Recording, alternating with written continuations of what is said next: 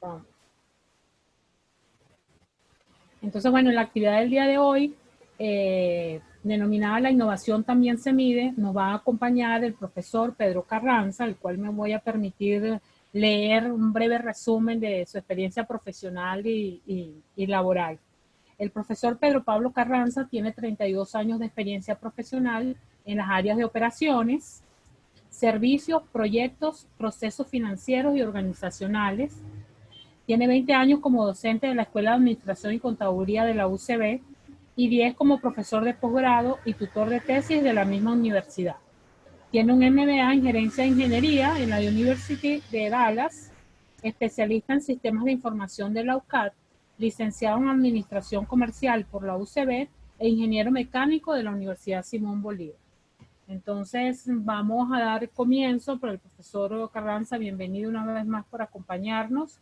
Y bueno, y como siempre vamos a tratar de mantener nuestro video y audio apagados por temas de conexión. Y bueno, posteriormente tendremos nuestro espacio de preguntas y comentarios. Bueno, bienvenidos una vez más y feliz tarde. Y bueno, profesor Pedro, como dicen, el escenario es suyo. Gracias, profesora. Bueno, buenas tardes a todos, bienvenidos por acompañarnos nuevamente. Gracias por acompañarnos nuevamente acá con esta programación de transbordo virtual. El tema de hoy, bueno, me pareció interesante plantearlo para exponerlo, porque si bien la innovación ya tiene, bueno, unos cuantos años, la industria viene mejorando, toda la tecnología viene mejorando, el hombre mismo ha realizado algunas innovaciones a lo largo de la historia, que es lo que le ha permitido ir avanzando, ¿no? A llegar a donde estamos ahora y bueno, ya es lo que falta. Pero la época actual es una coyuntura muy particular de la innovación porque estamos atravesando una situación muy singular, que no la habíamos vivido sino hace 100 años, casualmente, y estamos en cierto modo haciendo ciertas analogías con todo lo que se vivió hace 100 años. Entonces nos hemos visto en la necesidad de adaptar la tecnología que veníamos manejando a esta nueva situación que, como por el nivel de pandemia, ha afectado a nivel mundial. Y entonces, bueno, es digna de analizarse, pues yo creo que todas las aristas posibles están siendo analizadas para ver de qué manera nos adaptamos, y muchas conversaciones giran en torno al tiempo después de cómo va a quedar el mundo una vez que supere toda esta situación que estamos atravesando, que muchos dicen que para bien o para mal, pero el resultado es que vamos a quedar de manera diferente, estamos cambiando. Entonces, bueno, en la agenda para hoy vamos a comentar algunos aspectos de la innovación, de qué se trata, cuáles son conceptualmente sus bases. Vamos a ver el estado del arte actual, de qué es lo que considera innovación, y pasa por un análisis conceptual de una cantidad de elementos que la constituyen. Vamos a ver qué denominamos una empresa innovadora. Sería la organización que ha tomado la innovación como parte de su plan estratégico, y de este modo entonces la incorpora y lleva una cierta cantidad de pasos dirigidos a provocar innovación. Ya la innovación no es por casualidad, como pudo haber sido en alguna época anterior, que se daban los inventos, había cierto nivel de investigación por algunas personas muy curiosas que se dedicaban a investigar y iban saliendo los inventos. Ahora es algo, digamos, enfocado a lograr innovaciones y un número de innovaciones cada cierto tiempo. Vamos a tocar también algunos aspectos de lo que se denomina la creatividad, y si esta creatividad puede medirse también. Vamos a ver los famosos KPI aplicados a lo que sería la innovación y la creatividad. El design thinking como un caso especial de enfoque hacia la innovación. Vamos a ver algunas empresas entonces, como dije, enfocadas a promover esa innovación, y luego algunas reflexiones al caso. Yo creo que este tema es bastante amplio, no se cierra en ningún momento, todo lo contrario, cada vez que vemos más cosas, surgen más aristas y nos surgen más interrogantes de lo que debemos enfocar hacia lo que sería la creatividad, la innovación y el estado del arte de esos conceptos. Entonces, ¿cuál es el objetivo de hoy? Vamos a ejercitar neuronas, vamos a ver una cantidad de conceptos que por lo limitado del tiempo vamos a estar como que pensando todo el tiempo cómo los enlazamos, cómo engancha una cosa con la otra, y bueno, por eso hablaba lo de ejercitar neuronas. Vamos a ver cómo hacemos aquí. Vamos a comenzar por la innovación, que es el tema que nos atañe el día de hoy. La innovación se entiende que es un elemento diferencial de la competitividad. ¿Okay? La competitividad se ha oído nombrar, es un concepto muy conocido de la competitividad de las naciones. Hay naciones que son competitivas, naciones que no son competitivas, y por esto traigo un concepto emitido por el Foro Económico Mundial en el año 2016 y me permito leerlo. Es el conjunto de instituciones políticas y factores que determinan el nivel de productividad de un país. ¿Okay? Cuando hablamos de políticas y factores, entonces ya estamos viendo que las naciones, los países, enfocan sus decisiones y su movimiento estratégico hacia ser competitivos y ser productivos. ¿Por qué? Bueno, porque eso es lo que le va a dar la ventaja frente a otras naciones y obviamente la ventaja va a tener características económicas, políticas, sociales, etcétera, enfocadas hacia el bienestar de su población. En cuanto a la productividad, que es un elemento marcado en el concepto anterior, la productividad es la cantidad de producción por un tipo de bien o insumo y cómo se utiliza en la unidad de tiempo. O sea, qué tan eficiente soy utilizando un recurso determinado.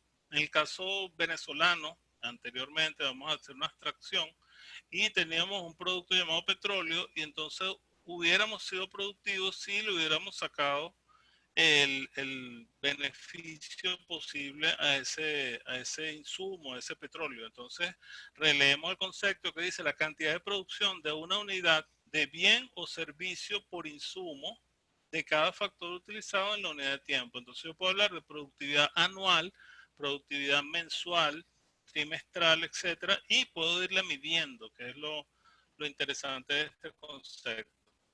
En cuanto a innovación, entonces es un concepto, como les decía, que ya es bastante antiguo, bastante trabajado. Schumpeter hablaba en 1934 que una introducción al mercado de un bien en el cual los consumidores no estaban familiarizados, no lo conocían, o de una nueva clase de bienes podría considerarse innovación. Entonces la innovación es vista en este momento desde el punto de vista del mercado. Cuando yo saco un producto o un servicio que antes no se conocía, puedo estar hablando de innovación. El caso, por ejemplo, de los automóviles de motor o del motor de combustión interna, motor de vapor, etcétera, en la época de la industrialización. Todo eso entonces eran innovaciones porque yo estaba introduciendo a un mercado determinado un bien que no era conocido anteriormente. El mismo Schumpeter nos dice que considera innovación primero los métodos de producción. Cada vez que yo innovo con un método de producción, estoy cambiando, estoy poniendo a prueba un elemento diferente, no conocido. Cuando abro un nuevo mercado, estoy innovando. Por ejemplo, yo empiezo a exportar algún tipo de producto no tradicional a otros mercados, entonces eso es considerado una innovación. Cuando consigo una nueva fuente de suministro de materias primas o de productos semi-elaborados, pudiera estar también hablando de lo que sería la innovación. Y cuando diseño estructuras nuevas de mercado, que es lo que se ha visto últimamente, hay una cantidad de nuevas maneras de comercializar artículos, bienes y servicios, entonces eso también es innovación. Como todo el mundo lo ha visto, los mercados multiniveles, estilos nuevos de comercializar algunos productos, eso también entra de lo que sería el concepto de la innovación que veníamos manejando. También entonces en cuanto al estado del arte, lo que pudiéramos estar hablando de los conceptos actuales, vamos a ver varios conceptos. Uno es el de procesos, que es bastante conocido cuando habla de conjunto de actividades que buscan un objetivo final. Entonces yo puedo tener procesos para prácticamente todo. Hay análisis de procesos y mientras el proceso sea más sencillo, más lineal, con menos pasos, menos inconvenientes, ese proceso funcionará mejor porque será más rápido, con una utilización de materiales menor, más eficiente y por tanto pudiéramos decir que estamos innovando en esos procesos. En cuanto a las ideas, es un concepto que también requiere de un poquito de discusión cuando se habla que es la creación mental basada en estímulos externos. Estímulos externos nos estaría diciendo que el caso que uno siempre plantea, ¿sí? Dice, bueno, pero yo puedo pensar sin tener estímulos externos. Sí, claro, pero todo lo que estás pensando es basado en constructos que ya vienen de un conocimiento previo. El experimento sería, o el control de ese experimento sería, poner una persona que nunca ha estado en contacto con un objeto determinado en un cuarto cerrado donde no tenga comunicación externa y preguntarle algo acerca de ese bien que la persona no conoce. Entonces, si no lo conozco, un poco difícil que se me pueda ocurrir algo referente a ese objeto. Entonces, la innovación requiere que las ideas que se producen estén o sean constructos basados en conocimiento previo que tenga la persona o una necesidad nueva. Luego está lo que denominamos la invención, que es la fase temprana de ese proceso de innovación, que aún no contempla la producción masiva. Entonces, yo puedo inventar algo, puedo estar inventando algo. Es más, dicen que Steve Jobs dejó inventos como para 30 años de Apple, simplemente que no lo sacan al mercado porque no es su tiempo. Entonces, no necesariamente todo invento está diseñado para salir al mercado en el momento presente. Entonces, es bien importante diferenciar invención de innovación. Otros conceptos está la necesidad, que conceptualmente nos dice situación que demanda el aporte de una solución para generar una satisfacción. Ese es como el mantra del mercadeo. Yo tengo que solucionar eh, las necesidades del consumidor para que el consumidor quede satisfecho. Entonces tengo que buscar soluciones. Tengo que determinar cuáles son las necesidades para presentarles soluciones, que es lo que se ha enfocado el marketing en los últimos años. En cuanto al producto, es la tangibilización. Cuando se habla de producto, se diferencia del servicio por ese pequeño detalle. Un producto es tangible, en cuanto al servicio es un intangible. Y acá lo definimos. Entonces, los servicios son actividades aportadas por un ente a otro para cumplir necesidades de este último. Entonces, tengo un prestador de servicio y un receptor de servicio. Pero el servicio en sí es un intangible porque no lo puedes almacenar, no te lo puedes llevar, o sea, simplemente lo recibes. Y las aceptaciones comerciales también entran en el campo de la innovación porque es el cambio de lo que serían los intercambios económicos en cuanto un ente presta servicios a cambio de el dinero que le está pagando el otro. Entonces, en cuanto a aceptación comercial, también tenemos una cantidad de innovaciones. Si no, bueno, vean toda la, digamos, todo el bus que hay alrededor del Bitcoin y las criptomonedas. Es un solapamiento que hay con el sistema económico actual, que es de dinero digital, hacia un dinero totalmente diferente, que bueno, no es tema de esto, pero es también bien interesante que lo vamos a tener pronto acá en Transbordo Virtual, afortunadamente. Continuando, perdón, el cambio es una situación de ruptura de un estado actual. Entonces, yo tengo un estado actual de una manera definida y cuando hablo de cambio es porque la situación posterior a ese momento, un momento determinado, va a ser diferente. Entonces, en cuanto a cambio es lo que estamos viviendo actualmente, precisamente por las circunstancias sanitarias, hay una pandemia, y entonces está produciendo un cambio en una cantidad de elementos del entorno que van a quedar de una manera diferente una vez que termine esta situación o que se atenúe por lo menos. En cuanto a la imaginación, es un ejercicio de creatividad que se lleva a cabo para desarrollar esta innovación y busca el análisis de situaciones bajo otros modelos. ¿Okay? Prismas originales se refiere a que son situaciones diferentes a las situaciones actuales.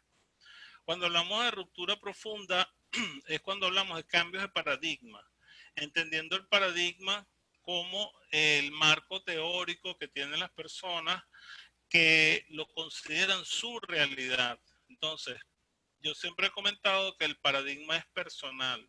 ¿Por qué? Porque toda persona tiene unas circunstancias totalmente diferentes a lo que pueden haber sido las otras personas. Por tanto, su paradigma o su marco teórico, su visión del mundo es muy particular. Entonces, yo diría que hay paradigmas genéricos de la ciencia, pero cada persona tiene su propia manera de ver el mundo.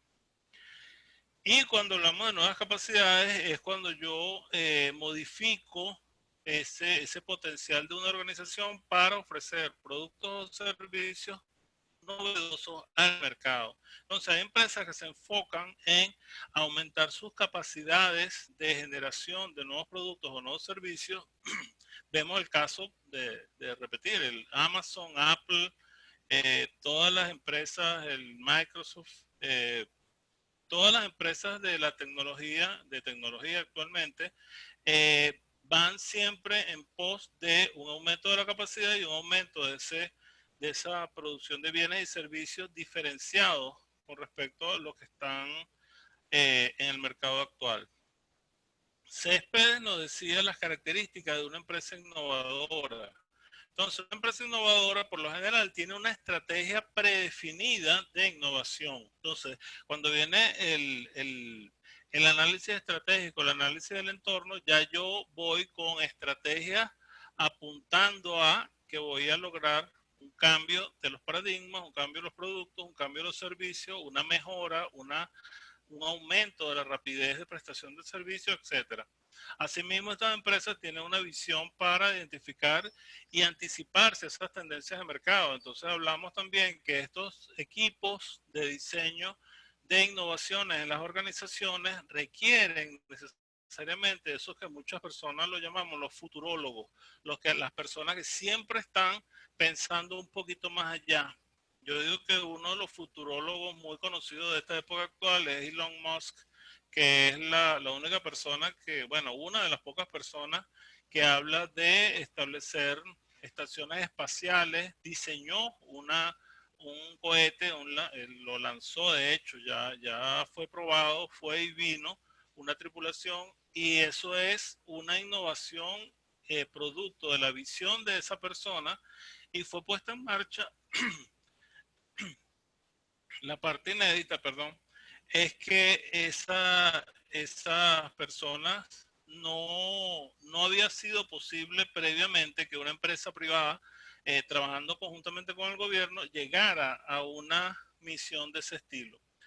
Entonces, la capacidad también de obtener, asimilar y aplicar información tecnológica y económica se considera también innovación bajo el concepto de Céspedes. Continuando con esto, también esta innovación o la empresa innovadora busca continuamente lograr una cooperación interna, o sea, diseñar todas o rediseñar toda su estructura funcional para que todas las personas trabajen hacia el mismo objetivo, cosa que es muy común cuando uno hace un planteamiento estratégico, pero que no es común en la ejecución. Muchas veces, y todos lo sabemos, que los conflictos organizacionales surgen por diferentes intereses en los diferentes niveles en las organizaciones. En este caso, la empresa innovadora se entiende que todas las personas están orientadas hacia esa cooperación interna. Y la cooperación externa, que va a venir del establecimiento de alianzas con entes que estén trabajando en el mismo sentido: centro de investigación, centro de educación superior, proveedores que les interese el nivel de innovación para ellos también mejorar es como que si se pegaran en el marco de la innovación. Hay una predisposición y aceptación del cambio donde no hay personas con la mente de vamos a quedarnos con lo que estamos. O el otro pensamiento muy común de las personas que se van quedando alejadas de las innovaciones, que dicen siempre lo hemos hecho así. Entonces, ¿para qué vamos a cambiar si siempre lo hemos hecho así? Esas personas obviamente no tienen cabida en una empresa innovadora por la lógica del argumento. Y hay un interés constante de la superación profesional de todo el personal. Todas las personas entonces están orientadas a buscar la innovación como su método de subsistencia. Siempre están con una mente abierta a nuevos cambios y a nuevas mejoras en los procesos que están llevando a cabo. En cuanto a la creatividad, este es un concepto que yo lo fui modificando y entonces me va a permitir leerlo. Es la necesidad del cambio, lleva al hombre a crear a través de un proceso iterativo, y eso es muy importante. El proceso de creación no es lineal. No, yo no puedo decir hoy empiezo y termino la semana que viene. Hoy empiezo y empiezo a crear y empiezo a modificarlo, y cuando digo no es lineal porque hay una regresión, hay una iteración, vuelvo a revisar lo que hice, vuelvo a introducir modificaciones, y así es que se va produciendo entonces esa innovación. Entonces da como resultado mejoras en los productos, servicios, y es lo que produce ese cambio del entorno. Entonces el punto principal acá es que no es un proceso lineal, sino es iterativo. Yo tengo que revisarlo continuamente, verificar qué tanto ha logrado el cambio que estoy proponiendo y entonces obtener cuál sería ese resultado. Esto es un ejercicio bien interesante, perdón, porque un científico, ya lo vamos a ver, propuso esta especie de juego. Yo cuando hablo del conocimiento de un individuo o de una organización o de una empresa, etcétera, yo lo puedo ver como puntos aislados. Son piedritas que yo tengo y cada piedrita representa un conocimiento. Eso sirve también para representar el conocimiento de una persona. De aquí partimos que el conocimiento de las personas en general no es el mismo, son partes de conocimiento, y es diferente porque cada persona, como lo dije anteriormente, ha ido adquiriendo conocimientos en diferentes sitios, en diferentes situaciones. Todo el mundo estudió en unos colegios diferentes, en un liceo diferente, en una universidad diferente, unas carreras diferentes. Entonces, lo que pudiéramos decir, las islas de conocimiento que va adquiriendo cada individuo se van formando de manera muy particular. Cuando hablamos de la sabiduría, ¿okay? Entonces viene en la capacidad que tienen los individuos de conectar. Fíjense cómo tenemos líneas ahora que nos unen esas islas de conocimiento.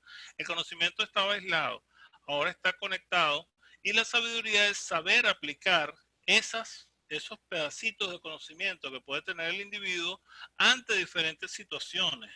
Entonces yo sé algo de mecánica, sé algo de electricidad y sé algo de otra cosa, entonces de repente pudiera reparar un vehículo porque tiene sistemas diferentes y yo los conecto porque tengo conocimiento de las tres áreas.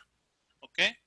Cuando hablo de experiencia, estoy conectando, como antes hablé de sabiduría, en precisamente el saber cómo voy a conectar esas islas de conocimiento. Cuando hablo de la experiencia, ya estoy haciendo uso de todo el conocimiento que tiene la persona, o el individuo, o la organización, o el grupo de personas, el grupo de trabajo. Entonces, cuando hablo de experiencia, estoy conectando todos esos puntos que aparentemente son aislados, pero en conjunto forman la experiencia de una persona. Y el punto adicional, que es la creatividad, es cuando conecto esos puntos de una manera diferente y obtengo un resultado no obtenido anteriormente. Fíjense que son los mismos puntos, pero ahora los estoy utilizando de una manera diferente. Entonces, para visualizar cómo fue toda la secuencia, vemos todo completo. Fíjense que son los mismos puntos en el conocimiento, en la sabiduría, en la experiencia y en la creatividad, que es la capacidad de utilizar todo el conocimiento que se dispone, pero de una manera novedosa, diferente, nueva. Entonces, ¿cuál es el punto que estamos tratando hoy? Que es la medición de la creatividad o la innovación, si la innovación puede medirse.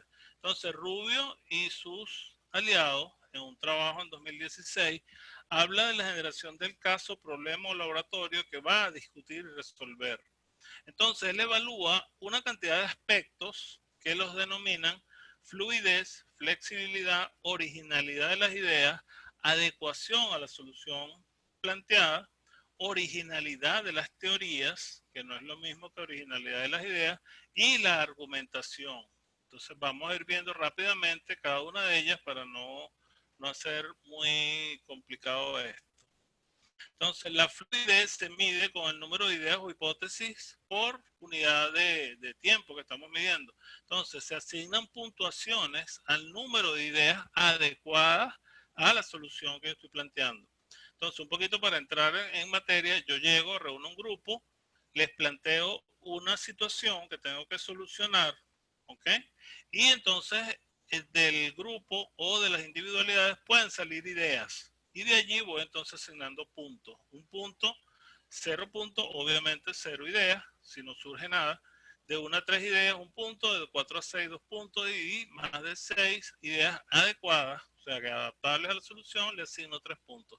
Así vamos a ir revisando rápidamente. Esto es simplemente una asignación que yo digo que es arbitraria de una cantidad de aspectos, tengo que medirlo y lo que estoy buscando es cuantificar.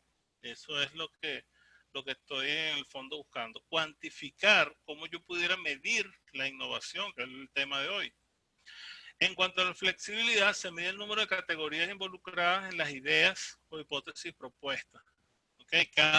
¿Qué tipo de idea estoy planteando? Si es una idea cognitiva o social o tiene que ver con las motivaciones, etcétera.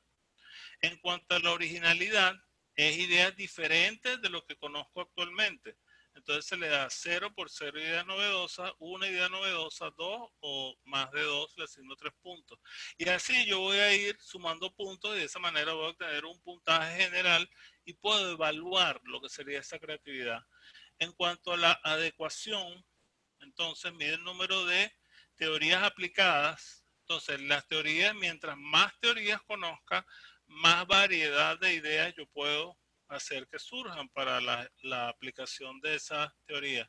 Entonces, bueno, aquí habla de 0, las teorías aplicadas no son adecuadas, pero no están explicadas en forma clara y son correctas. Entonces, le asignaría 2 puntos, aplicadas en forma clara y adecuada. En cuanto a la originalidad de las teorías, entonces son empleadas por más del 15%, las teorías aplicadas son empleadas por menos del 5% y las teorías aplicadas son empleadas por un estudiante o un grupo. Entonces fíjense que aquí el porcentaje va disminuyendo con el aumento de la asignación, porque lo que estoy hablando es de originalidad. ¿Qué quiere decir esto? Que estoy en la medida que yo utilice menos lo conocido y más lo novedoso, le asigno más puntuación. Esa es la explicación de esta escala inversa. En cuanto a las argumentaciones que utilizan para justificar, entonces reciben entre 0 y 5 puntos en función de si la respuesta es lógica, basada en teorías avanzadas, o estoy hablando de cosas superficiales. O sea, si yo, por ejemplo, veo un material que se congela a una temperatura, entonces puedo explicarlo basado en la teoría de la congelación del agua, que es muy conocida, o puedo decir no, porque, no sé, el titanio se congela a tal temperatura y eso puede explicar este fenómeno actual, que es una explicación mucho más compleja que simplemente decir que el agua se congela a 0 grados, que es el conocimiento popular. Ok, por otro lado, otro elemento de medición para esta innovación son los famosos KPI. Los KPI son los indicadores clave de rendimiento que por su nombre en inglés, los Key Performance Index, podemos verlo de la siguiente manera. Todos los KPI son métricas, o sea que métricas indica que yo los puedo medir, pero no toda métrica se convierte en un KPI. Por el KPI es la palabrita esta, son claves de rendimiento. No toda métrica es un indicador clave, o sea, que afecta notablemente el rendimiento de lo que estoy tratando de medir. De eso se trata entonces. Entonces, los KPI es una métrica que nos indica si vamos por buen camino ¿Por qué? Porque yo voy a hacer el KPI, lo voy a llevar a través de las gráficas de tiempo, que vamos a ver unas ahorita para el ejemplo, para recordarle o para decirle a las personas que no lo utilizan, que no lo conocen, nos dice si vamos en buen camino y si estamos cumpliendo los objetivos que nos hemos establecido. Entonces, ¿cuáles son las normas o las reglas o las características para este uso de los KPI? Compararlo de manera periódica, o sea que frecuentemente yo los tengo que estar midiendo. Tengo que tomar decisiones si hay desviaciones, si se están produciendo desvíos en lo deseado, o sea, si yo quiero que uno mejore y que se eleve, aumente o que disminuya, yo también quiero poder disminuir algún tipo de indicador y realizar los cambios necesarios en la estrategia que estoy llevando a cabo. Los KPI deberían cumplir con los objetivos que constituyen y tienen esta mnemotécnica del SMART, pues son específicos, son medibles, específicos que se trata directamente a un elemento que me va a incidir en el cambio, en la innovación, en la medición.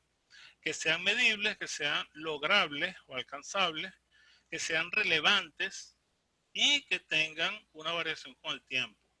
La variación con el tiempo es fundamental y de aquí se forma la parte esta mnemotécnica del SMART, porque yo las voy a graficar contra tiempo. Es una serie de tiempo básicamente cuando estoy llevando un KPI. Por ejemplo, un diseñador gráfico. Un diseñador gráfico yo siempre lo he considerado como el ente principal de innovación. Yo siempre voy a esperar que un diseñador gráfico me aporte ideas nuevas en el caso de imagen, de logo, de cuando voy a diseñar todo lo que es la corporeidad visual de una empresa. Entonces yo esperaría que un diseñador gráfico me entregue un material producto de esa creatividad donde está aportando precisamente un elemento nuevo, novedoso, diferente, atractivo, etcétera. Entonces, fíjense rápidamente los KPI de un diseñador gráfico en cuanto al desafío, tiempo de respuesta de los administradores, que sea la ambigüedad de los requisitos, que se entienda perfectamente qué es lo que se quiere.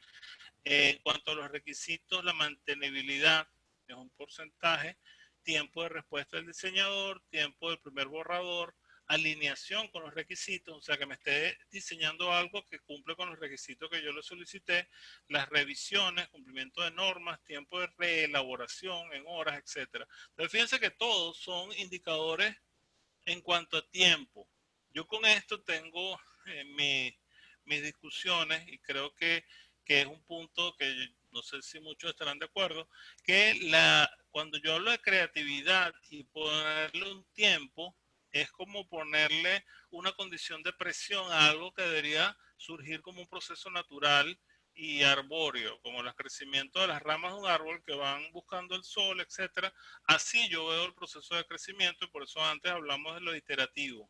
Entonces, si bien es necesario por la funcionalidad de las operaciones poner tiempos de finalización de la tarea, yo creo que la creatividad, por ejemplo, el diseño, es como que yo le digo a un pintor, me tienes que pintar 10 cuadros por hora, o sea, ya va, yo tengo que tener una inspiración, tengo que tener la musa, me tiene que acabar con lo que era el aburrimiento, tengo que tener una inspiración positiva para empezar a crear. Entonces ahí hay una discusión bien interesante por el hecho de que yo no puedo forzar la creatividad.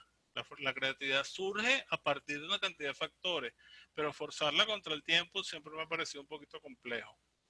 Y bueno, el otro sería el lanzamiento, porcentaje total de tiempo, tiempo total de ciclo de producción, etcétera. Que esto aplica muy bien cuando yo tengo una fábrica, tengo máquinas, tengo productos, tengo mezclas, etcétera. Que yo puedo diseñar procesos eficientes, pero un proceso eficiente de diseño todavía me suena como un poquito rudo, ¿no? Cuando hablaba de la serie de tiempo y las gráficas, entonces vemos totalmente tiempo cuántos diseños a lo largo del tiempo, esto es una línea de tiempo, y entonces voy aumentando el porcentaje de diseños entregados a tiempo. Este es el ideal. Entonces fíjense que el valor de referencia está aquí abajo, está por debajo de 62.5% y el valor máximo acá sería 100% y En la línea azul me va representando cuánto es la medición. Entonces vemos la línea azul y se supone que va a ir mejorando en cuanto a mis prestaciones, voy mejorando en cuanto al porcentaje de diseños que entregué a tiempo. Esto es un ejemplo de un programa para controlar la serie de tiempo de los KPI de los diseñadores. En cuanto a la satisfacción del cliente, un progreso, entonces tengo 50%, aquí mejoré un poco, aquí bajó, entró en la zona esta amarilla, aquí volví a subir, etcétera. Entonces, con el tiempo voy monitoreando lo que sería este rendimiento. Y esto, por ejemplo, este se llama tiempo de respuesta del diseñador, yo debería irlo reduciendo. Okay, esto está en horas, tiempo de diseño, entonces está en 6.4 horas, un poco más abajo, 12.8, 19, entonces este tiempo mientras más se reduzca, yo voy o puedo decir que estoy obteniendo más eficientemente la medición del diseño, o sea, lo estoy haciendo en menos tiempo de lo que estaba estimado. Tiempo para el primer borrador, o sea, en cuánto tiempo me va a entregar un primer boceto de lo que yo quisiera como diseño que le estoy solicitando. Entonces vemos la agujita por aquí, está en 12.8, es alrededor de 14 horas de un primer borrador. Entonces simplemente esto es a nivel ilustrativo para ver cómo se puede medir el resultado de un proceso de innovación. ¿Okay? Entonces, ¿por qué los KPI? Bueno, en progreso, analizan los patrones de tiempo, puedo hacer ajustes para retomar el objetivo, para volver a lo que sería lo que yo estaba buscando, lo que estaba planteando, puedo resolver obstáculos, porque yo al ver desviaciones me permite visualmente darme cuenta que algo no está funcionando como fue planeado y atacar oportunidades porque puedo ver recursos que estén disponibles para dedicarlos a otro tipo de actividad. Por otro lado, el Design Thinking fue un modelo desarrollado en Stanford por Watson. Él empatiza desde el punto de vista del usuario, o sea, cambia el punto de vista. Yo no estoy mejorando porque lo dice la empresa, yo me voy a mejorar porque el cliente así lo quiere. Entonces me estoy pasando a la otra acera. ¿Qué es lo que necesitas tú y cómo lo quisieras? Y entonces yo voy a empezar a desarrollar el proceso de diseño desde ese punto de vista.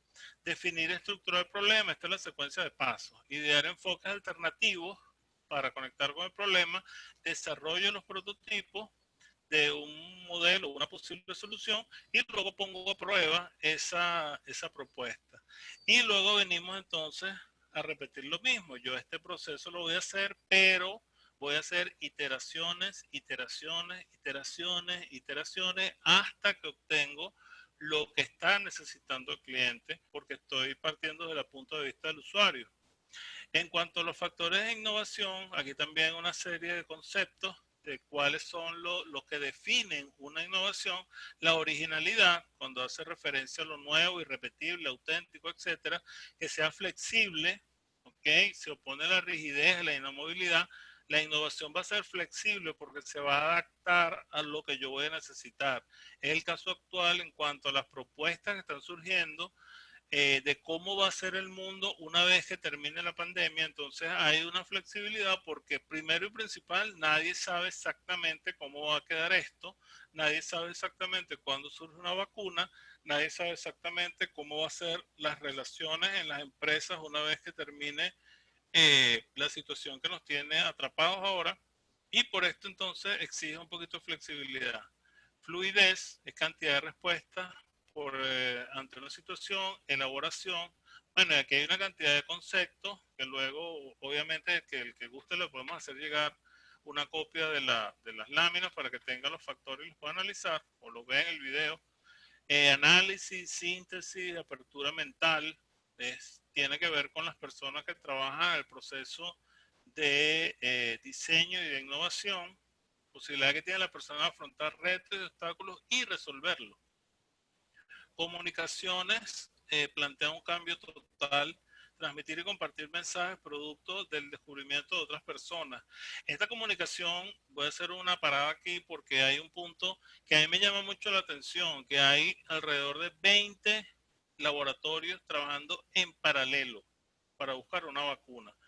El problema no es que trabajen en paralelo, el problema es que no hay comunicación entre ellos por una simple razón. Cada uno quiere llegar primero a la meta, desarrollar primero la vacuna, porque la cantidad de dinero que está detrás de ese descubrimiento es inconmensurable. O sea, implicaría hacer dosis para vacunar a toda la población del mundo, un mercado de 7.500 millones de habitantes. Entonces imagínense cuánto es el dinero que está detrás de eso. Entonces, en ese caso la innovación funciona para el desarrollo positivo de algo, pero la comunicación no está fluyendo como debería fluir. ¿Por qué se debe promover la innovación? Precisamente lo que estamos hablando. Debería haber alianzas estratégicas y proyectos cooperativos, uso compartido de laboratorios científicos que no se está produciendo, obviamente, apoyo de servicios tecnológicos, certificaciones de conformidad, etcétera. No se sabe mucho. Ahorita acaba de salir una vacuna que muchas personas se admiraron porque dicen que no ha cumplido los ciclos normales de desarrollo o los ciclos estándares. Es probable que han desarrollado un fast track, un ciclo acelerado, una manera mucho más rápida de hacer las pruebas. Eso no se sabe y ya se verá en los resultados. La remuneración del investigador, bueno, como un incentivo que siempre se ha dicho, para lograr resultados positivos tiene que haber algún tipo de estímulo y la remuneración toda la vida ha sido un estímulo muy importante. Bueno, hay otros factores, permiso para que el investigador haga otras empresas en el plazo de algunos años porque él quisiera ver recompensada su esfuerzo de investigación. Eh, Hay otros más, estímulos a los inventores independientes, apoyo a las incubadoras, todo esto son incentivos de los países para que promuevan la investigación y por tanto la innovación, lo cual sería muy positivo para los resultados finales. Abrir la brecha de tolerancia al error, entender, como siempre se ha dicho, que no hay otra mejor manera de aprender que equivocándose, porque una vez que se equivoca ya sabe por dónde no es.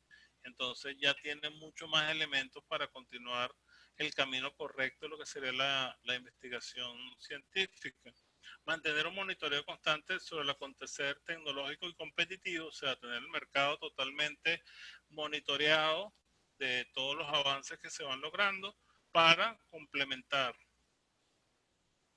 Adicionalmente, para promover la innovación, bueno, sensibilidad para los problemas, empatía de percibir situaciones difíciles, ya esto es un poco más teórico.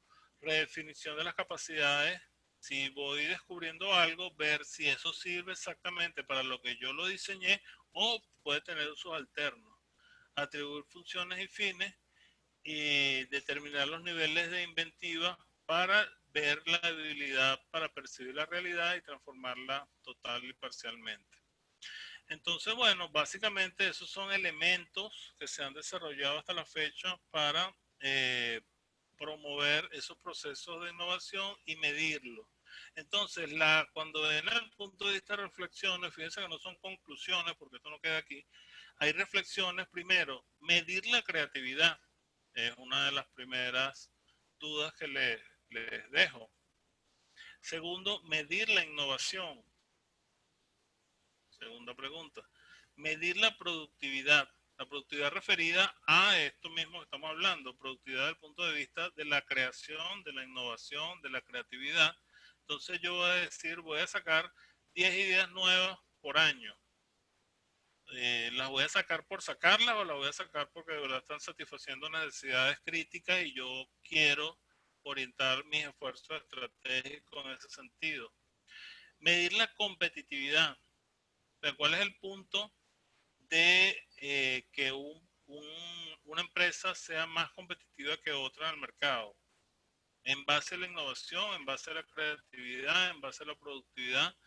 Entonces yo necesito medirla, ciertamente. Y promover la innovación, ¿es necesario o es un proceso natural que se va a dar en los ambientes científicos como los conocemos ahora? Entonces, bueno, acá tenía la propuesta del día de hoy. Les agradezco muchísimo la atención que han prestado y bueno, quedamos entonces disponibles como siempre a un espacio de preguntas o reflexiones o dudas o como gusten acerca del tema que estamos conversando la tarde de hoy. Entonces, profesora, muchas gracias. Bueno, gracias a ti, Pedro. Gracias, gracias. Tenemos varios comentarios, pero creo que Marinú había levantado la mano, pero vamos a leer por acá. Bueno, Jennifer García nos dice un ejemplo de innovación a transbordo virtual. Gracias. Marinú nos dice, la innovación en la vacuna no solo es atractiva por el dinero que les genere el laboratorio, sino el prestigio que tendrá como empresa líder en ese tema. Además, la competencia que se está generando entre países es súper interesante. Fue un error lo de la manito. Ah, ok, lo había pedido. Sí, bueno, son reflexiones interesantes del tema de la vacuna. Yo quería también, profesor, ¿cuál es su opinión? Igual está abierto para cualquier pregunta o comentario. Venezuela como tal, ¿no? Porque Venezuela, nosotros siempre decimos los venezolanos, todos nos lo inventamos, somos muy creativos, pero ¿qué nos falta para pasar esas otras etapas realmente de productividad, de innovación? ¿Qué nos puede decir al respecto? Mira, yo creo que sucede como todo, hay falta de un esfuerzo, bajo mi punto de vista, un esfuerzo coordinado. Hay una falta notable de un liderazgo que coordine todos los esfuerzos de innovación, porque fíjense que siempre se habla de la creatividad popular, de la innovación popular que es innata del venezolano, que siempre busca soluciones creativas para salir de las situaciones de la manera más eficiente. ¿Okay? Por ahí hay un dicho, creo que lo dice el mismo Bill Gates, que él dice que para solucionar un problema rápido busca una persona floja, porque siempre va a encontrar rápidamente la solución para precisamente dejar de trabajar por la misma flojera que lo impulsa. Entonces, el venezolano no es que sea flojo, eso es un mito. El venezolano es una persona muy trabajadora, muy productiva, etcétera, pero hay falta de coordinación. Entonces, si no hay coordinación, los esfuerzos nunca pueden ser enfocados simultáneamente hacia la obtención de un fin, y eso ocasiona entonces que se dispersen los recursos. Eso pasa en todo. Yo creo que es el principal problema de por qué no hemos salido de ciertas situaciones, porque son una sumatoria de esfuerzos aislados que no llegan a ninguna parte. Entonces, para que un esfuerzo sea productivo, tiene que estar todos, como decía el viejo dicho, jalando todo el mundo la carreta hacia el mismo sentido. Entonces, si uno jala para allá, uno jala para acá, hay un pensamiento muy grande de una dosis de individualidad, donde cada quien dice, bueno, aplícale, sálvese quien pueda. Entonces, salgo yo de mi problema, pero no me interesa el problema del de al lado. Entonces, toda esa cantidad de factores creo que se dan en el país, precisamente en Venezuela, y eso puede ser una de las causas que no han permitido una, Pásame la mía. una salida Sí. final o una salida productiva hacia lo que nosotros estamos buscando de esta manera, pues que sería a través de la innovación lograr empresas productivas. Fíjense el caso del petróleo en Venezuela, que yo siempre lo dije que podemos tener mucho petróleo y podíamos tener mucha tecnología, íbamos por un camino, pero con todo y eso nunca dejábamos el foco de estar explotando el petróleo en vez de transformarlo. Yo siempre decía que hubiera tenido yo algún tipo de poder en ese sentido, hubiera hecho 10 ciudades grandes industriales a lo largo de todo, ancho y largo de toda Venezuela, autopistas que cruzaran el país de norte a sur y de este a oeste, aeropuertos. O sea, cuando el esfuerzo se hace en infraestructura, canaliza entonces las estrategias, entonces podrían haber surgido muchas empresas dirigidas ya al área de tecnología. Pero entonces, si no hay infraestructura, ¿cómo desarrollan el país de una manera coherente? No hay con qué. Profesor Pedro, para aclarar, la profesora Jennifer García comenta o pregunta, ¿por qué la innovación aparece por lo general asociada a las ciencias naturales, informática y no a lo social o humanidades? No en lo social o humanidades. Yo creo que por precisamente un paradigma equivocado donde se cree que toda la innovación tiene que ver con el área científica. Entonces, cuando yo pudiera, por ejemplo, plantear, yéndonos directamente al área social, eh, pudiéramos diseñar un nuevo estilo de comunidad. Entonces, yo tendría que demostrarle a las personas que fueran a formar parte de esa comunidad que van a obtener unos beneficios de esos cambios que se están proponiendo, y de esa manera yo creo que todo el mundo estaría de acuerdo. Entonces, si no son tan visibles los resultados, o no son tan claros, o no se establecen de una manera coherente en lo que denominan el cambio social, eso es lo que yo creo que bloquea, y por eso no se ve innovación. Por eso se ha visto las comunidades que siguen la misma estructura. Yo creo que tenemos 300 años y los pueblos siguen constituyéndose de la misma manera, la misma estructura. La educación, que es una de las maneras a través de las cuales se puede fomentar la innovación, la educación sigue siendo una educación medieval. O sea, los alumnos allá, el profesor acá, los alumnos oyen, el profesor habla. Entonces, todos Claro, esos quedamos aquí atrás. mecanismos de interacción social siguen los patrones aprendidos, y no se ha visto que haya habido un cambio en esos patrones. Entonces, yo creo que ahí tendría que dirigirse la innovación social. Por ejemplo, la innovación en cuanto a la distribución de la salud en la población sigue siendo los mismos patrones antiguos. Yo no he visto mecanismos nuevos, salvo algunos experimentos que no han resultado, por cierto. Pero hay otros países que han introducido mejoras significativas en estructuras sociales, y yo creo que les ha ido bastante bien. No sé Sí. si contesta un poco. Bueno, profe, me tomo la libertad también de agregar de que nosotros en lo social o en las humanidades no hacemos esfuerzos de medición. No las actualizamos, las que existen, ¿no? Entonces creo que eso también queda como oculta, pues, queda oculta todos los esfuerzos que hay de innovación en el área social. Sí, Y creo que hacer mayores esfuerzos en la continuidad de las mediciones.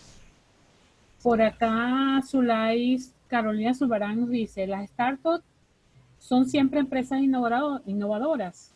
El caso de Airbnb, con esta Airbnb. pandemia se perdió todo su negocio. ¿Qué pudo haberle pasado si cumplió con la adaptación al cambio?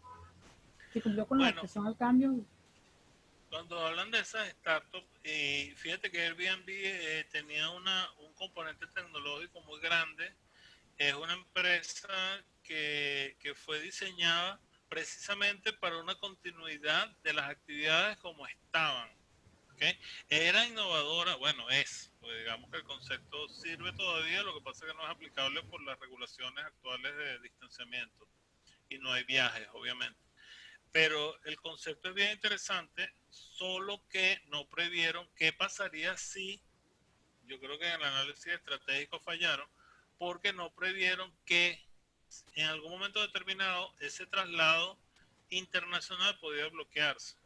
Yo fui uno de los que yo lo veía totalmente descartado. O sea, que eso no es que le pasaron a ellos, yo creo que le pasó a todo el mundo. Yo lo veía totalmente, bueno, prácticamente imposible que por una enfermedad se fuera a detener todo el tráfico internaciones, o el tráfico entre las naciones, o entre continentes, entre países, etcétera, y se iba a producir un aislamiento de tal modo, o un confinamiento a lo que llegamos, que detuviera todo el tráfico de personas de un sitio a otro, y es uno de los factores fundamentales para que funcione esto. Si yo no tengo turistas, no tengo eh, habitaciones que demandar, o sea, no tengo necesidad de habitaciones para ocupar, y obviamente el negocio se cae. Es como que si yo diseño lo de los taxis, el Uber, y de repente no hay fabricación de vehículos, entonces no sé, va a tener que hacer Uber en moto o en bicicleta, pero entonces los vehículos ya, que es una parte importante de la cadena, y no funciona. O es como que yo hable de blockchain, no vamos a ir muy lejos. Blockchain está basado en las redes distribuidas. ¿Qué pasa si hay un blockout y se cae el internet a nivel mundial y no hay comunicaciones? Entonces, ¿dónde queda toda mi mis monedas digitales? Desaparecen.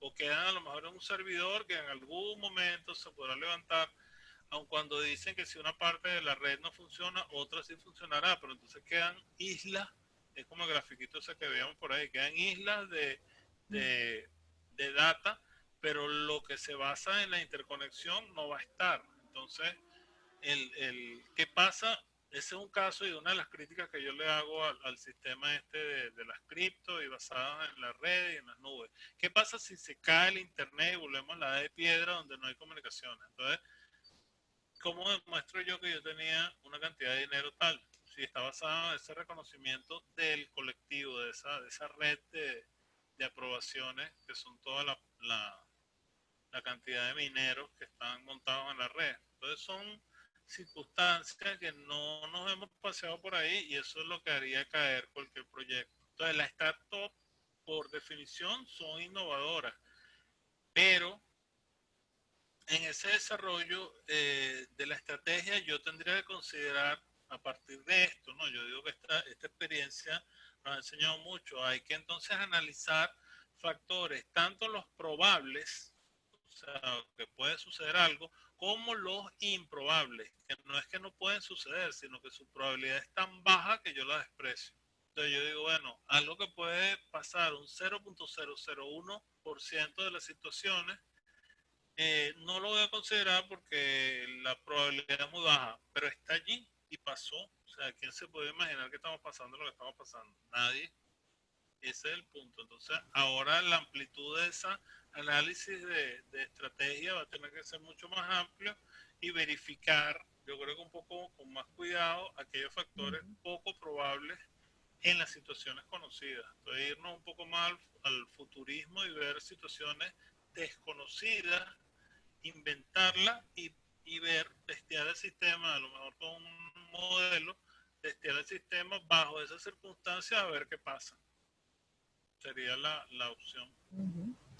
Por acá la profesora Jennifer García nos comenta, el Ministerio de Educación y el Ministerio de Ciencia y Tecnología eliminó el programa de estímulo al investigador e innovador. Primero fue disminuyendo los montos de las subvenciones y luego dejó de cancelar de manera silenciosa, eliminó el programa y con ello una ventana para el estímulo a la investigación e innovación en Venezuela. Cierto, Eso, todavía tú te puedes registrar, pero... Fíjate que por aquí me van a disculpar que me entró otra vez en la presentación. Había unas partes que yo lo menciono. Ajá, aquí está. Fíjate que en la promoción de la innovación está considerado eso, el núcleo de innovación tecnológica. Esto no lo hablamos, esto se refiere a que toda organización, entiéndase a todo nivel, país, estado, municipio, empresas, organizaciones, etcétera, debería contar con esto que se denomina núcleo de innovación tecnológica. O, por decirlo de otra manera, toda empresa debería tener una división, así como una división de finanzas, una división de operaciones, una división de recursos humanos, una división de mercadeo, tiene que tener una división de investigación y desarrollo. Porque si no la tiene, la empresa está condenada a que en algún momento determinado todos los productos y servicios que está prestando en un momento van a ser obsoletos en un momento determinado. Entonces, si yo no estoy en esa curva de innovación, sacando nuevos productos y servicios al mercado, va a llegar un momento que mis productos van a ser obsoletos y empresas nuevas, con un planteamiento totalmente diferente, que sí lo está pensando, sencillamente me saca al mercado. Entonces, yo toda la vida voy a fabricar pantalones verdes, y porque yo digo, no, el pantalón verde es el pantalón que se usa, ese es el color de moda, entonces eso se va a usar siempre. Estoy en un error porque en lo que las tendencias del mercado cambian y empiezan a usar pantalones azules o pantalones negros, los pantalones verdes no se los voy a vender a nadie. Entonces, por no haber hecho esa fase de innovación, esa fase de estudio de mercado, esa fase de introducción de nuevos productos, entonces la empresa está condenada al fracaso. Entonces, fíjense, aquí estaba planteado el núcleo de innovación tecnológica como parte obligatoria de toda organización, el estímulo a los inventores, el apoyo a las incubadoras, concesión de incentivos fiscales para la innovación. Aquellas empresas que desarrollen esta parte van a tener un incentivo fiscal, la voy a exonerar de impuestos, por ejemplo, durante 10 años. Subvención económica directa a las empresas innovadoras.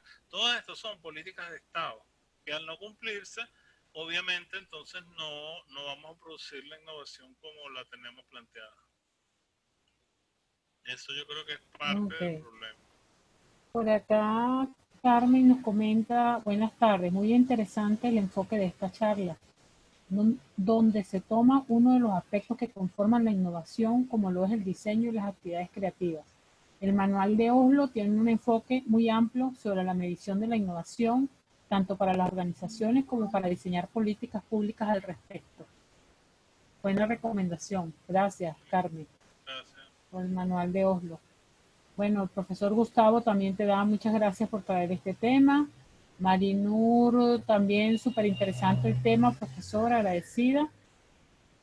¿Cómo crees que puede innovarse la EAC en estos momentos y post pandemia? ¿No creen que es una hora de actualización de pensum y también las formas de enseñanza? Bueno, por supuesto.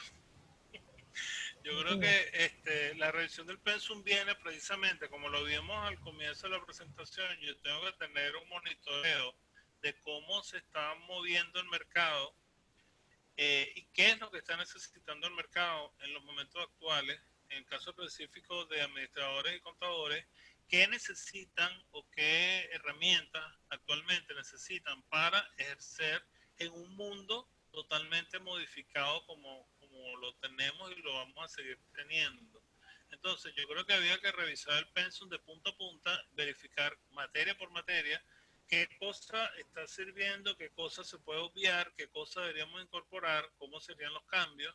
Por ejemplo, el manejo de idiomas, el manejo de sistemas, el manejo de tecnologías, de manejo de grupos totalmente diferentes. O sea, no necesariamente estamos viendo que la instrucción tiene que seguir siendo medieval. Vamos a modificar un poquito la metodología y vamos a llegar entonces a un planteamiento que yo creo que es totalmente diferente a lo que estamos haciendo ahorita. O sea, el pensum actual, no sé, creo que es del año eh, 2001, si mal no recuerdo. Entonces, totalmente desfasado, donde ni la tecnología ni nada se le parezca está adecuado a lo que estamos viviendo en la calle. Entonces, muchos profesores lo están haciendo de manera individual y particular, eh, pero ese no es el deber ser, pues el deber ser es que se revise el pensum con una periodicidad que me permita adaptar todos esos cambios, incorporarlos e implementarlos de una vez a la gente que está saliendo. Entonces, hay un periodo de transición permanente, de pensum viejo y pensum nuevo. Entonces, a lo mejor la duración del pensum es un año, pero entonces sale la gente con una actualización más razonable que lo que tenemos ahorita. lo primero que tenemos que innovar es en los procesos. Mientras que el proceso de La cambiar un pensum comunicación, sea como es, no hay comunicación, entonces al no haber comunicación no podemos tener resultados. sí, Eso era una de las no, cosas que no, hablamos al comienzo. incluso los procesos siguen siendo burocráticos. Demasiado. Entonces, cuando termines por los procesos actuales, bajo mi opinión, ¿no? Cuando termines con los procesos actuales actualizando un pensum, ya el pensum Ya está termina desactualizado. siendo desactualizado. Entonces, lo primero para mí, en mi opinión, es mejor, cambiar, innovar en los procesos para tomar las decisiones en cosas como estas, porque el entorno lo demanda, ¿no? Porque han habido muchos esfuerzos de hacerlo, pero pasa el tiempo, cuando ven los procesos nos comen, ¿no? Y bueno, lo que hablaba también, comentabas tú al inicio, el tema de los paradigmas, hay que cambiar, ¿no? Por acá Zulay te da las gracias, José Calderón te dice excelente tema, gracias, el profesor Gustavo González, excelente ponencia. Marinur Gómez nos dice, claro, el detalle está en que para poder innovar la escuela necesitamos muchos recursos financieros, no hay, profesionales no hay, pero sí es necesario de todos, exacto, de todas. Sí, pero fíjate que hay una cuestión muy importante, que yo creo que hay una ola de profesores que estamos, o me incluyo, que estamos adaptando los programas de facto, no por la formalidad. Entonces dedicamos a lo mejor el tiempo mínimo indispensable en hablar de lo que exige el programa formal y el resto del tiempo que liberamos de esa programa dinosaurio, entonces lo empleamos en dar cosas más actuales. Yo creo que la única manera, entonces, sería más bien legalizar o formalizar ese programa nuevo que muchos profesores lo están dando, simplemente que no es visible, pero es así. Bueno, no recientemente, hace como un mes estuve en una presentación y hablaban sobre las startups. Todos los startups, eh, a veces se piensa que para innovar el dinero o lo financiero es lo primordial. Y lo que se ha demostrado es que no es así. Cuando realmente es algo innovador, el dinero debería salir, porque forma parte de la innovación, cómo encontrar la parte económica, ¿no? Y eso son como barreras que se pueden superar siempre y cuando haya la disposición. Aquí Carmen nos dice, profesor, si me permite un comentario sobre las políticas públicas de apoyo a la innovación, puedo decirle que la creación del Ministerio de Ciencia y Tecnología se creó y funcionó durante unos años hacia esa dirección. Se tuvieron unas experiencias interesantes cuando las empresas debían destinar parte de sus ingresos brutos a financiar sus propias actividades de innovación. Lamentablemente, cuando se reformó la Ley de Ciencia y Tecnología, se concentró todo el financiamiento en FONACYT y allí se dio otro giro al proceso de apoyo a la innovación. Es correcto, sí, porque fíjense que eso estaba contemplado por ahí, no sé si lo vimos en una de las láminas, donde hay como que cierta libertad para que el, el científico, el innovador, etcétera, el que está investigando, tenga también como que un margen de beneficio personal. Se hablaba inclusive por ahí, una de las políticas era darle la libertad de que empezara una empresa posteriormente a cierto número de años. O sea, es como que yo le financio la investigación, le da el beneficio que yo estoy esperando de él como investigador, pero le ofrezco que a futuro tú vas a poder sacar provecho de tu inventiva, y eso es un doble estímulo. Es como que yo vendiera o pagara opciones a las personas que trabajan en una empresa por el problemita este de la agencia. O sea, si yo te ofrezco que tú vas a ser dueño de la empresa en un futuro, tú vas a trabajar con muchas más ganas, porque vas a ser, o sea, estás trabajando para lo que va a ser tuyo. Esto sería como un paralelo, pues si tú trabajas bastante e innovas en los proyectos que estás trabajando, más adelante tú vas a tener participación y ganancia en ese mismo proyecto. Es una de las Así maneras es. que lo pueden estimular. El profesor Gustavo nos comenta, en la EAC y en la universidad en general hay que apostar a la iniciativa individual. Los trámites burocráticos dificultan mucho la innovación. Exacto, así es. Es lo que estábamos comentando y lo que tú dices, que hay muchas áreas o digamos docentes de manera individual, esfuerzos individuales, pues tratando de actualizar el pensum. Bueno, por acá esas son las preguntas. No sé si alguien más quiere comentar algo, pero creo que el tema de hoy ha sido bien interesante.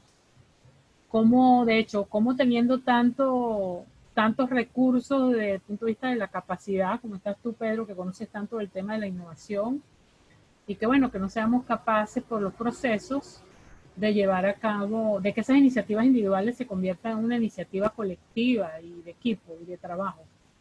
Sí, que tenga un resultado apreciable, pues, porque no hay coordinación. Entonces, lo del, lo del, lo del Fonacit y todo el problema que pasó es precisamente, yo creo que por eso estaban dispersos los esfuerzos. Por decirlo así, cada ente de investigadores como que creaba su propia matriz de proyectos y no tenían comunicación ni cooperación con los otros. Entonces no hay una política coherente, estructurada y articulada, sino que cada quien iba por su lado. Déjame ver cuántos fondos me gano para este proyecto, no importa que el proyecto sea bueno o sea malo, no importa, pero me dan los fondos y yo financio el mío, no sé qué está hablando el otro. Entonces, sin falta de coordinación, y todo eso es política, Sí. evidentemente. Aquí Carmen nos comenta, lo que sucede es que todo proceso de innovación requiere de financiamiento porque pasa por etapas tales como la investigación, el desarrollo del proceso, la protección de la propiedad intelectual, aplicación o difusión de la innovación, gestión del proceso innovativo, por mencionar algunos. Sí, sí es Claro. cierto, pero lo que era lo que yo apuntaba, es cierto que el financiamiento es importante, pero primero está la disposición de hacerlo. ¿Mm? Porque a veces el dinero está y no se terminan viendo frutos, ¿no? Sí. hay que tener la disposición de tener esas políticas públicas claras y que yo lo veo, no sé cómo lo ves tú, Pedro, pero el dinero No, sí, siempre hace tal cual, o falta. sea, ha pasado eso, que ha habido dinero y en parte también por lo que yo comenté, pues que no se puede imponer la innovación. Entonces yo no puedo decir, bueno, te va a dar 1 millón y tienes que producir 20 innovaciones. Eso no es así. O sea, eso es un proceso como la farmacéutica. Ellos investigan, invierten y de 20 proyectos de investigación a lo mejor sacan uno. Bueno, los otros 19 no llegan a nada o se pierden en el camino o dan resultados totalmente adversos a lo que se está investigando. Y bueno, esa es una de las explicaciones de por qué el proceso tiene que ser iterativo. Yo empiezo en un sentido, pero en el camino me puedo dar cuenta de que no es exactamente por ahí, sino me equivoqué y ahí también viene la otra parte, porque tengo que validar y aceptarlo como parte del proceso, las equivocaciones. Va a haber proyectos que no llegan a ninguna parte, porque sencillamente no porque estén mal planteados, sino porque las condiciones en las cuales se plantearon las hipótesis no son las correctas. Por eso Edison falló 10.000 veces, porque lo que él planteaba como que era la solución, definitivamente no era la solución, no era por ahí, es por acá, hasta que llegas a una solución correcta. Entonces, indudablemente el financiamiento es fundamental y básico, sin financiamiento no hay nada, pero también tiene que entenderse que el financiamiento eh, solo no produce la innovación, necesita también el otro componente, la participación del investigador. Así es interesante este tema. Bueno, hasta acá las preguntas y los comentarios. Agradecidos por su participación. Quedamos con el mismo compromiso para el próximo día lunes. Aquí Suárez nos dice felicitaciones por este tema tan interesante. En efecto, desde la EAC existen esfuerzos individuales de cara a impartir temas de actualidad, pese al problema en el pensum. Sin embargo, hace falta mayor comunicación entre las cátedras para hacer presión e incrementar ese trabajo. Así es. Así es. El próximo lunes, ¿verdad? Que estamos el viernes, el próximo lunes vamos a tener en la siguiente actividad de deterioro correcto. Vamos a tener el profesor Gustavo González junto al profesor Nelson Gudres hablando sobre el deterioro del valor de los activos en las empresas. Bueno, pero los esperamos para que también nos acompañen como siempre y bueno, también corran la voz, e inviten a sus amigos, compañeros, no solamente de la escuela, sino de la universidad en general y bueno, y también comunidad en específico que quieran transmitir. Bueno, profesor Pedro, le dejo a usted algunas palabras de cierre que quiera dar al respecto. Pero están preguntando si no hay encuesta. Sí, ya la pasé, igual voy a pasar de nuevo el link, Deja el link por ahí ¿ok? un momentico. Sí, sí, ya lo habíamos pasado, pero vamos a pasarlo de nuevo sobre la encuesta. A ver, lo que pasa es que lo pasamos al inicio. Para las personas que nos acompañan, siempre nosotros estamos haciendo entrega de una encuesta, de un link de una encuesta, a efecto de que ustedes puedan llenarla, así nos dan su opinión y bueno, posteriormente para las personas que responden se le estará enviando un obsequio digital. Por acá tienen de nuevo el link. Agradecidos a los que participaron el día de hoy. Si quieren lo pueden copiar y nos hacen llegar su respuesta vía ese link. El profesor Pedro iba a comentar algo. Sí, bueno, dar las gracias nuevamente por la asistencia en la tarde de hoy. De verdad que se ha ido constituyendo un grupo bastante consistente y frecuente. Vamos a darle pases VIP a todos por su constante asistencia. Sí. Excelente. Eso implica que, bueno, que hay gente de verdad interesada en toda esa cantidad de temas y en no quedarnos en el aparato de la dejadez y la quejadera y nada, sino bueno, vamos a seguir para adelante. Un tema novedoso, propongan temas. Es bien interesante la encuesta porque tiene una parte donde se proponen temas que quisieran oír. De hecho, algunos temas han surgido de la petición de los oyentes. Es interesante. Entonces, bueno, agradecerlos por su presencia la tarde de hoy y bueno, seguimos. Este tema no se acaba. Ahora que hay innovación Ahora por es aquí. que, sí, señor. Bueno, feliz tarde para todos y muchísimas gracias por acompañarnos. Y bueno, siguieron aquí las felicitaciones para ti, Pedro. Entonces, Gracias. bueno, nos vemos el día lunes con el deterioro de valor de los activos en las empresas. Perfecto. Bueno, chaito, gracias a todos. Felicitaciones, pues entonces gracias. Chaito para todos.